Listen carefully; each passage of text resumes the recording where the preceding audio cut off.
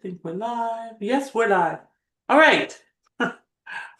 Better late than never, right?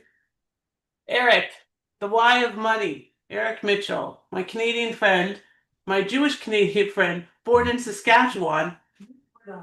Who knew? 1 second. Now I have back noise from this. Hold on. Why of money? Put this on. Mitchell, my Canadian friend, my Jewish Canadian friend, born in Saskatchewan. Who knew? 1 second. Now I have back noise from this. I always do this wrong. Okay, here it is. There we go. We've got it. We have liftoff. Thank goodness. Okay, so I met Eric. I don't know.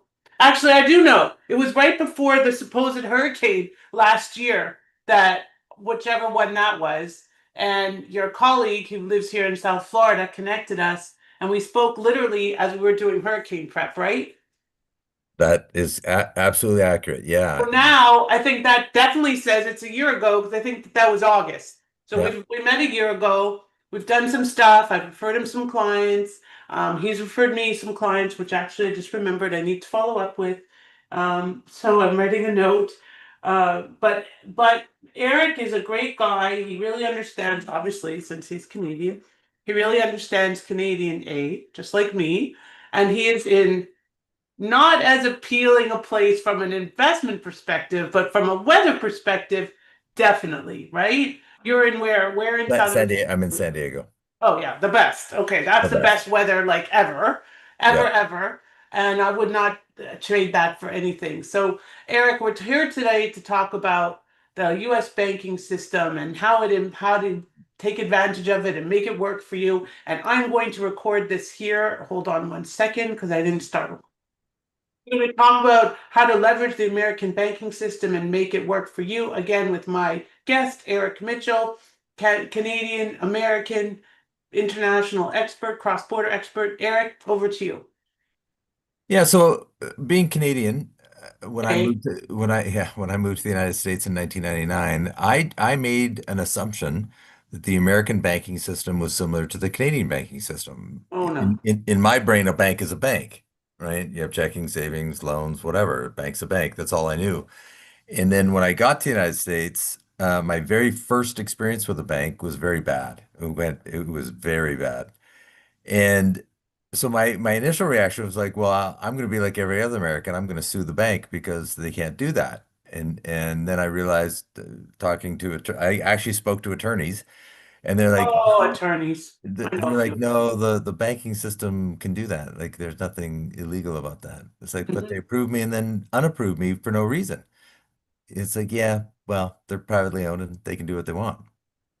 It's like, so if you're a consumer, how do you Because there's know? no regulation. It's not like in Canada where you have the big banks and they're regulated, heavily regulated. Yeah, well, I would say the banking system here is pretty regulated, but in a much different way. Mhm. Okay. Um, and Okay. so I learned the banking system because I wanted to sue, right? I was trying to learn the banking system, but the more I learned, the more I realized that consumers, it's not a good system for consumers. Like, they don't know. Like, if you want something specialized, like, how do you know who to talk to, right? You go to Mhm. Google, good luck, Google doesn't even know, not really. And so that's kind of what pushed me into the banking system was just getting that challenged education up front. And so from that standpoint, I've spent the last 26 years learning every aspect of how all of the entire system works. And I've had a great Oh, so career. you're like a Great career. banking geek.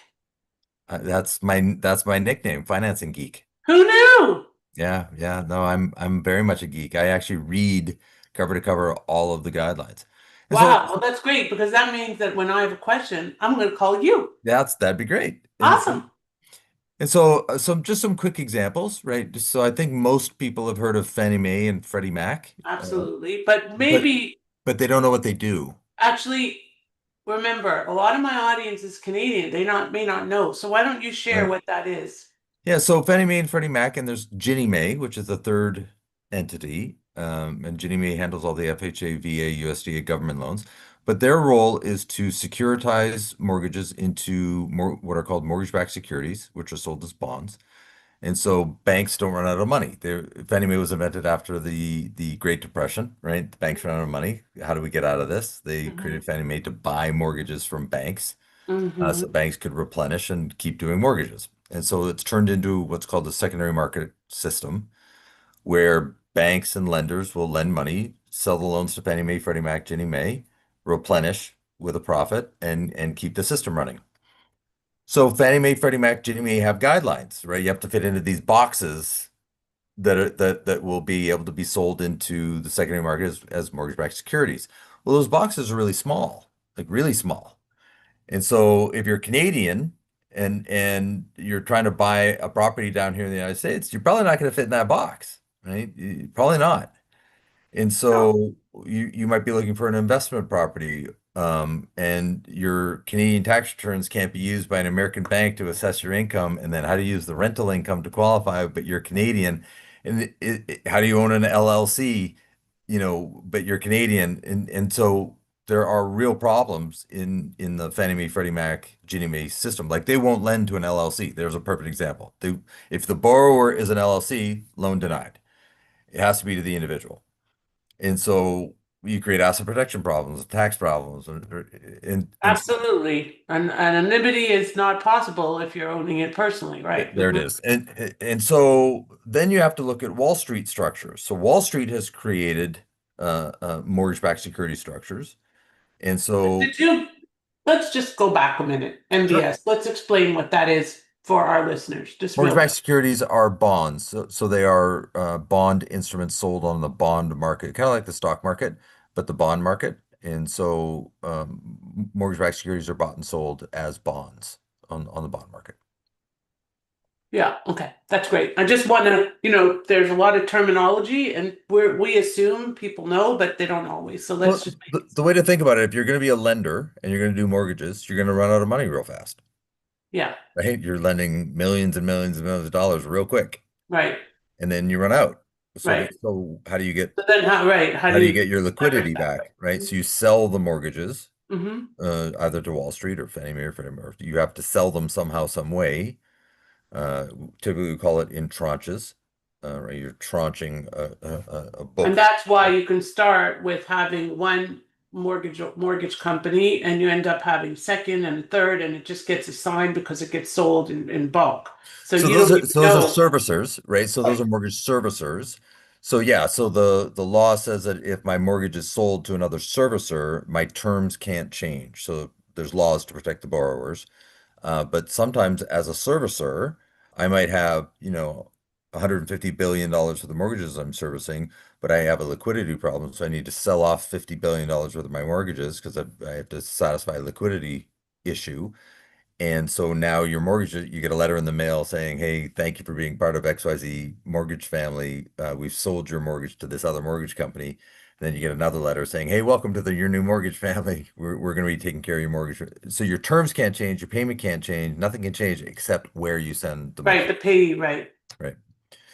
And I've been very guilty several times of not changing that and then getting notices that I'm Yep. late. I'm like, wait a minute, it went there. Like, I It's didn't get the inconvenient. notice. It's It's ridiculous. inconvenient, Because very that much doesn't so. happen in Canada, does it? I don't think so. No. Yeah. I mean, if you have your mortgage with Royal Bank or Royal Bank, it's CIBC with or Royal Bank. it's They're with not Royal selling Bank. it Yeah, to they don't TD. have a Fannie And Mae it's or Freddie because it's Mac. of the points and the whole, it's such a different system here, everything. I remember when I first heard about points, I'm like, what is a point on a mortgage? What are you talking about? You're buying the Like, rate down. Yeah, it's right. you're It's, paying an we're buying upfront the fee to rate have a down. lower rate.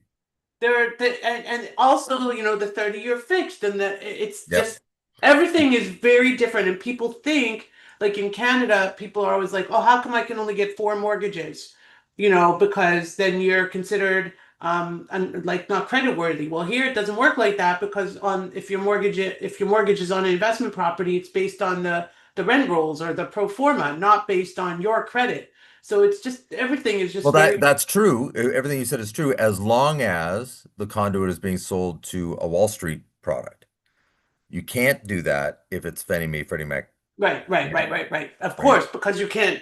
Right. even own it as an So, investment property. but if Or at I'm a least not through an LLC or a But if I'm a co-op. Canadian or if I'm a foreign national from Europe or South America or wherever, what I think my brain would be saying to me is, well, I'll just go into Bank of America or Chase or walk into a bank and I'll get a Right. mortgage to buy this property as a foreign national. It's like, Hmm. good luck. No, you won't. That's not going to happen. Right. That's not who they are. That's not what they do. And so finding a resource that has the Fannie Mae, Freddie Mac, Ginnie Mae, but they are also specialists in all the Wall Street structures. Because that's really what it comes down to. And there's catchphrases now that a lot of people have heard, like DSCR loans and a lot of other things.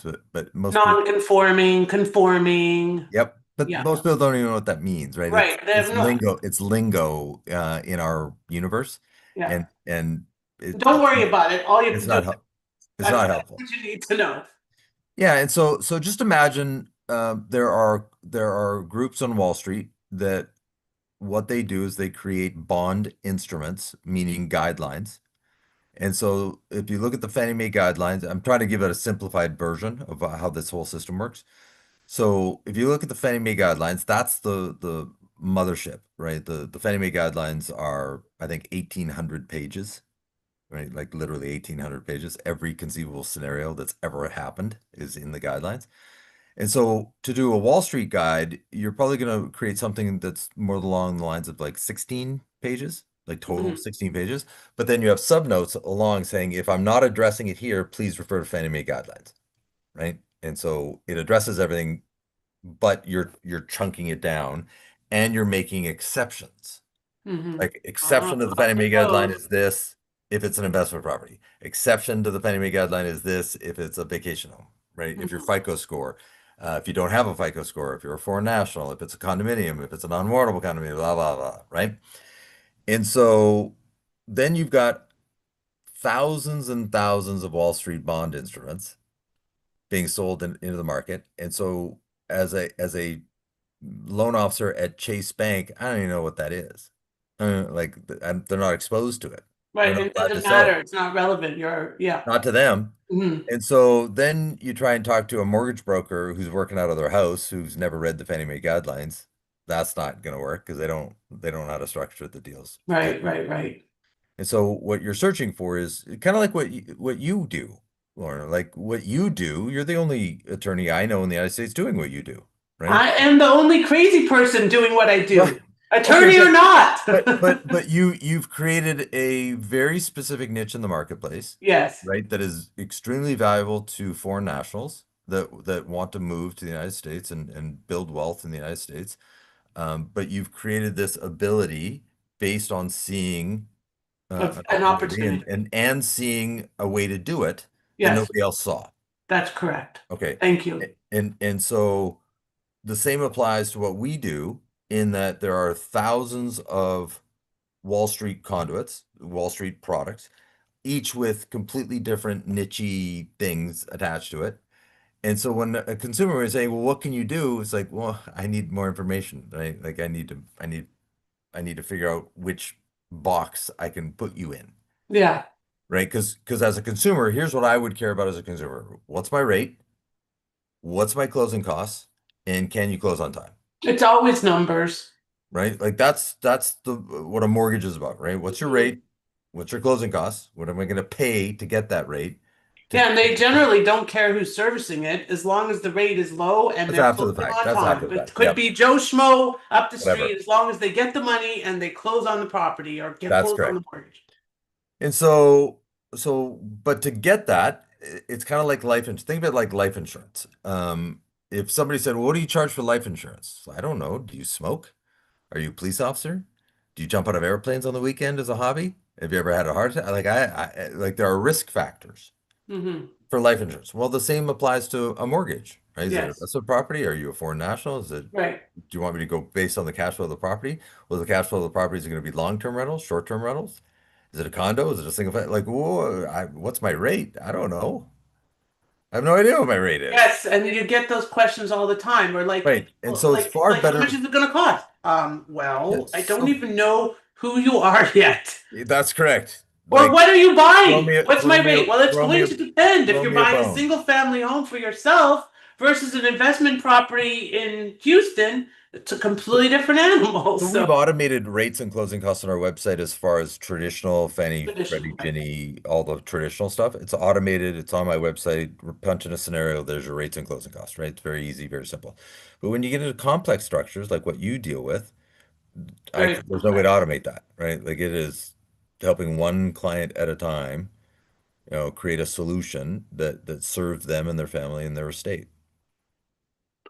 So, I mean, this is really great information. I think we could talk probably for like hours because there's so much, We could. unpacking all of these like nuances of the banking system.